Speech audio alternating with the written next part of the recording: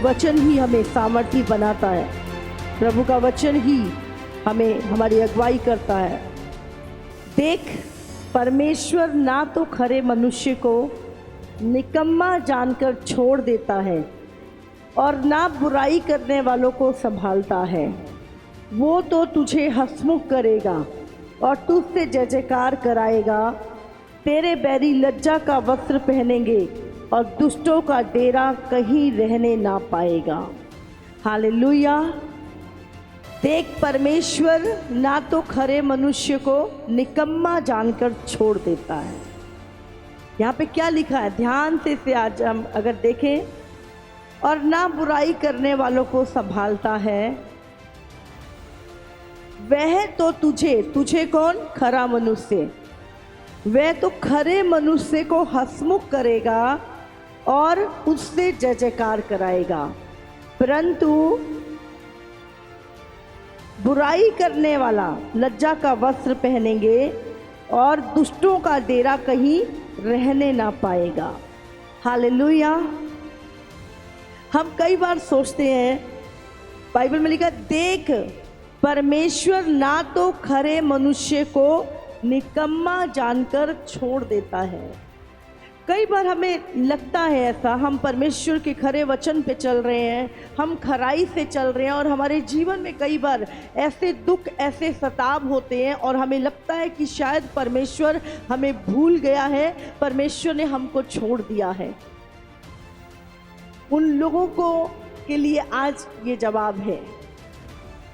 उन लोगों से आज परमेश्वर बात कर रहा है जो खराई से अपना जीवन जी रहे हैं, प्रभु के भय में अपना जीवन जी रहे हैं, खरी चाल चल रहे हैं, बुराई से दूर हैं।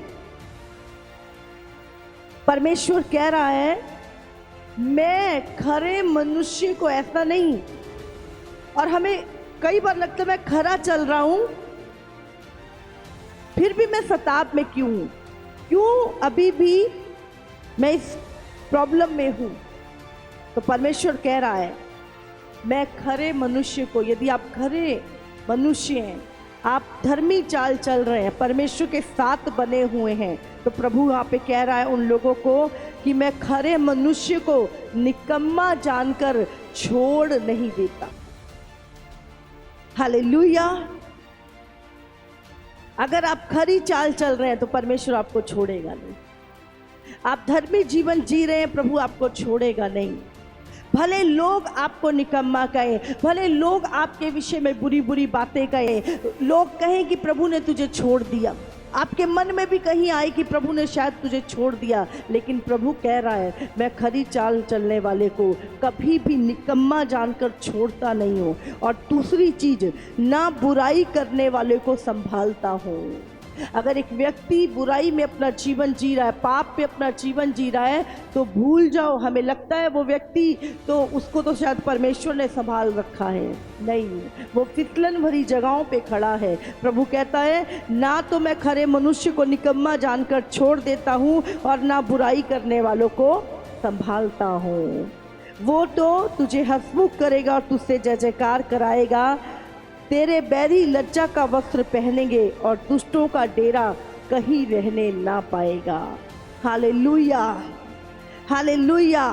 इसीलिए मत सोचो कि मैं खरी चाल चल रहा हूँ, उसके बाद मन में अगर आपके चल रहा है, तो प्रभु कहता है, मैं खरी चाल चलने वालों को निकम्मा जानकर छोड़ नहीं दूंगा।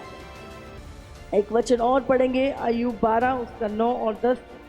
कौन इन बातों को नहीं जानता कि यहोवा ही ने अपने हाथ से इस संसार को बनाया है। कौन इन बातों को नहीं जानता कि यहोवा ही ने अपने हाथ से इस संसार को बनाया है। उसके हाथ में एक एक जीवधारी का प्राण और एक एक देहधारी मनुष्य की आत्मा भी रहती है। हालेलुया। क्या लिखा है? कौन नहीं जानता कि यहोवा ही ने अपने हाथ से संसार को बनाया है। उसके हाथ में एक एक जीवधारी का प्राण और एक एक देहधारी मनुष्य की आत्मा भी है। हालेलुया। तो आपकी आत्मा किसके हाथ में है? परमेश्वर के हाथ में।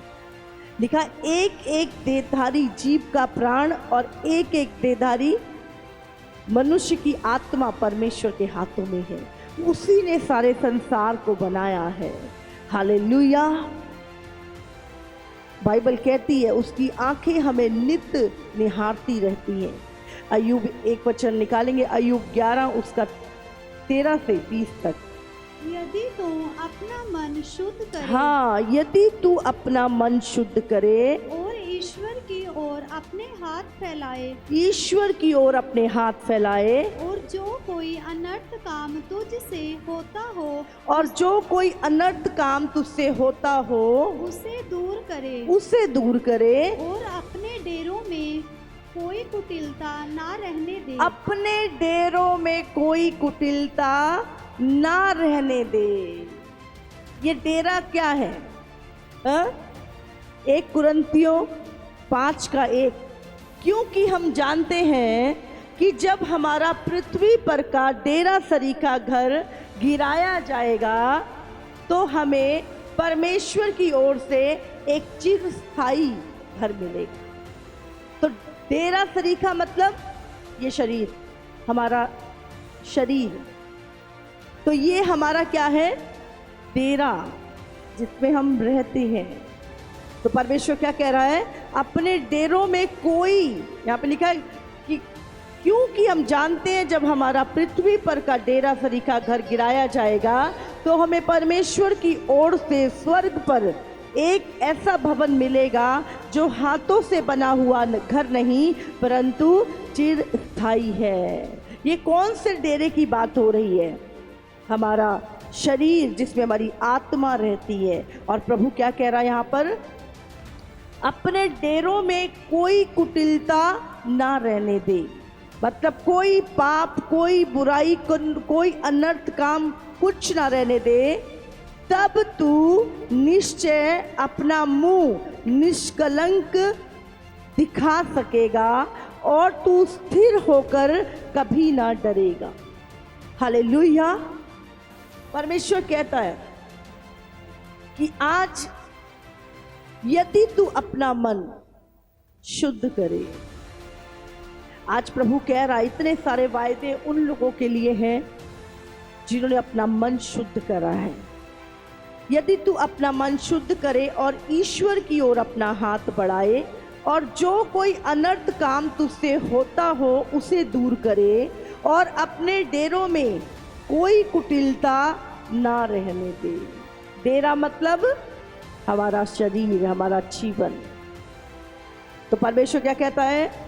तब तू निश्चय अपना मुंह निष्कलंक दिखा सकेगा और तू स्थिर होके कभी ना डरेगा। तेरा जीवन दोपहर से भी अधिक प्रकाशमान होगा और चाहे अंधेरा भी हो तो भी वो भोर सा हो जाएगा।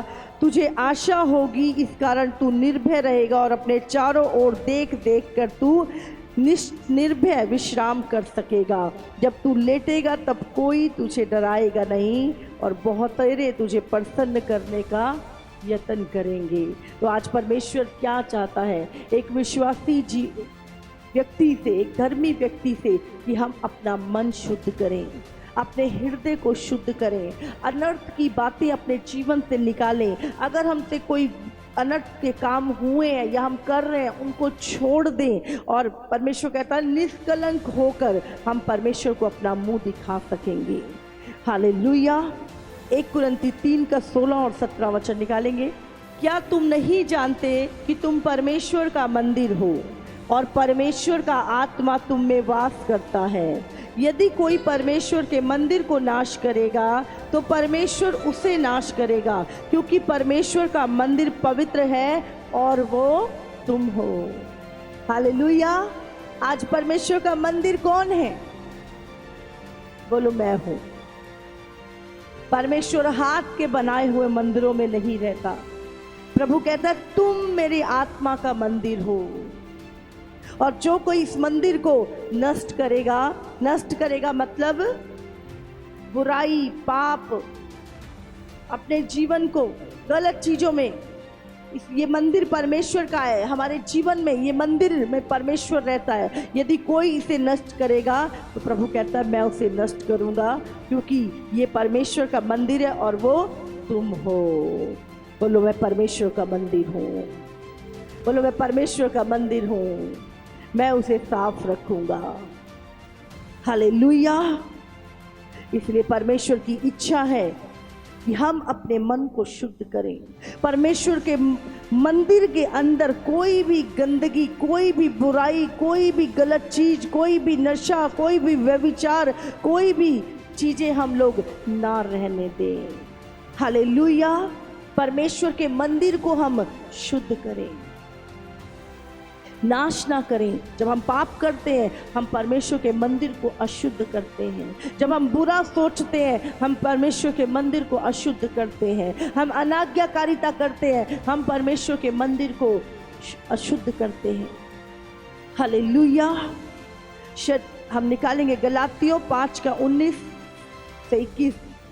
यहाँ पे लिखा है शरीर के काम, है ना।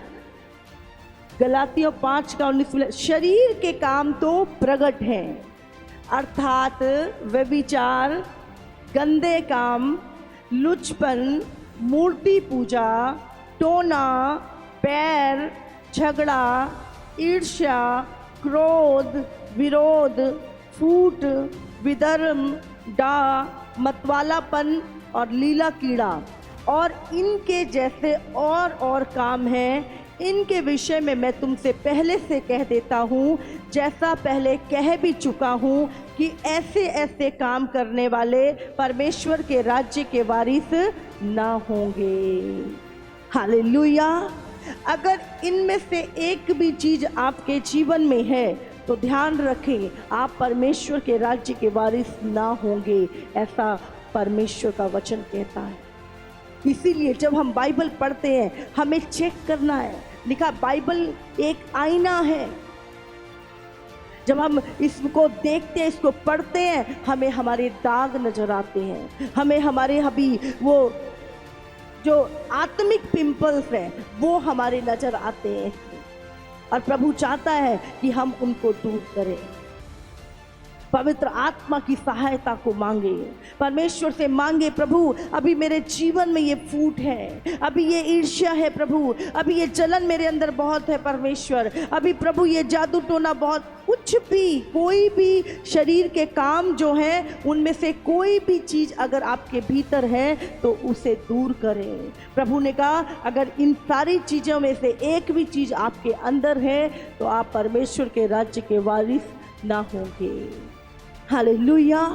ये शरीर के काम हैं और यदि इसीलिए जब हम बाइबल पढ़ते हैं तो हमें चेक करना है कौन सी चीजें हैं जो हमें परमेश्वर के राज्य में जाने से रोक सकती हैं।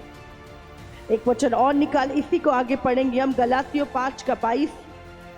पर आत्मा का फल प्रेम, आनंद। अभी क्या है, पहले हमने शरीर के काम पढ़े, शरीर के काम है ना, व्यभिचार, लुचपन, जादू टोना, ये सारी चीजें। अभी हम पढ़ रहे हैं आत्मा के फल। अगर ये आपके अंदर है तो आप परमेश्वर के राज्य में प्रवेश करेंगे। हाँ, पर आत्मा का फल, पर आत्मा का फल प्रेम, आनंद, प्रेम, आनंद, शांति, धीरज, शांति, धीरज, कृपा, भलाई, कृपा, भलाई, विश्वास, नम्रता, विश्वास, नम्रता और संयम है। और संयम है।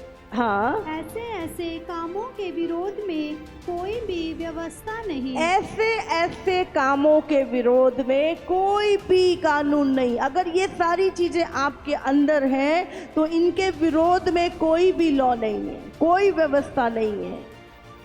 तो परमेश्वर क्या चाहता है, अगर हम आत्मिक बनना चाहते हैं तो आत्मिक व्यक्ति की ये सारे चिन्ह हैं। उसके अंदर आप प्रेम को पाएंगे, उसके अंदर आप विश्वास को पाएंगे, उसकी बातों में विश्वास को देखेंगे, उसके हृदय में प्रेम को देखेंगे, उसके अंदर आप शांति को पाएंगे, आनंद को पाएंगे, संयम को पाएंगे, भलाई को पाएंगे, कृपा को पाएंगे, धीरज को पाएंगे। अगर एक व्यक्ति आत्मिक है तो उसके अंदर ये सारे आत्मा के फल होंगे। हालेलुया। हम कहते हैं हम कैसे आत्मा में बढ़े, हम कैसे आत्मिक बने। पास्टर जी हमें आत्मा में बढ़ाओ। जब आप बाइबल पढ़ते हैं आपको चेक करना है कि कौन से शारीरिक काम अभी मेरे जीवन में है और किनको मैंने निकालना है। हमारे खुद के अंदर कमियां होती और हम कहते हैं परमेश्वर कुछ नहीं करता, प्रभु तो हमें बना रहा है। मैं आपको बता दूं, मसीह के पास आना मतलब मसीह को अपने आप को मसीह के हाथ में देना, यीशु के हाथ में देना कि प्रभु तू मुझे बना। जब एक व्यक्ति प्रभु के पास आता है प्रभु उसे बनाता है। सिर्फ एक आशीष संसारिक ब्लेसिंग नहीं, आपकी नजरें होती हैं दुनियावी चीजों पे, प्रभु की नजर होती है आपके मन पे। आप संसारिक चीजों को बनाने की कोशिश कर रहे हैं, प्रभु आपको बनाने की कोशिश कर रहा है ताकि जब वो आपको आशीष दे तो आप उसे संभाल सके, आप उस पाप में ना गिर जाए, आप घमंड में ना आ जाए। इसलिए प्रभु पहले आपको आत्मिक फल चाहता आपके भीतर। हालेलुया।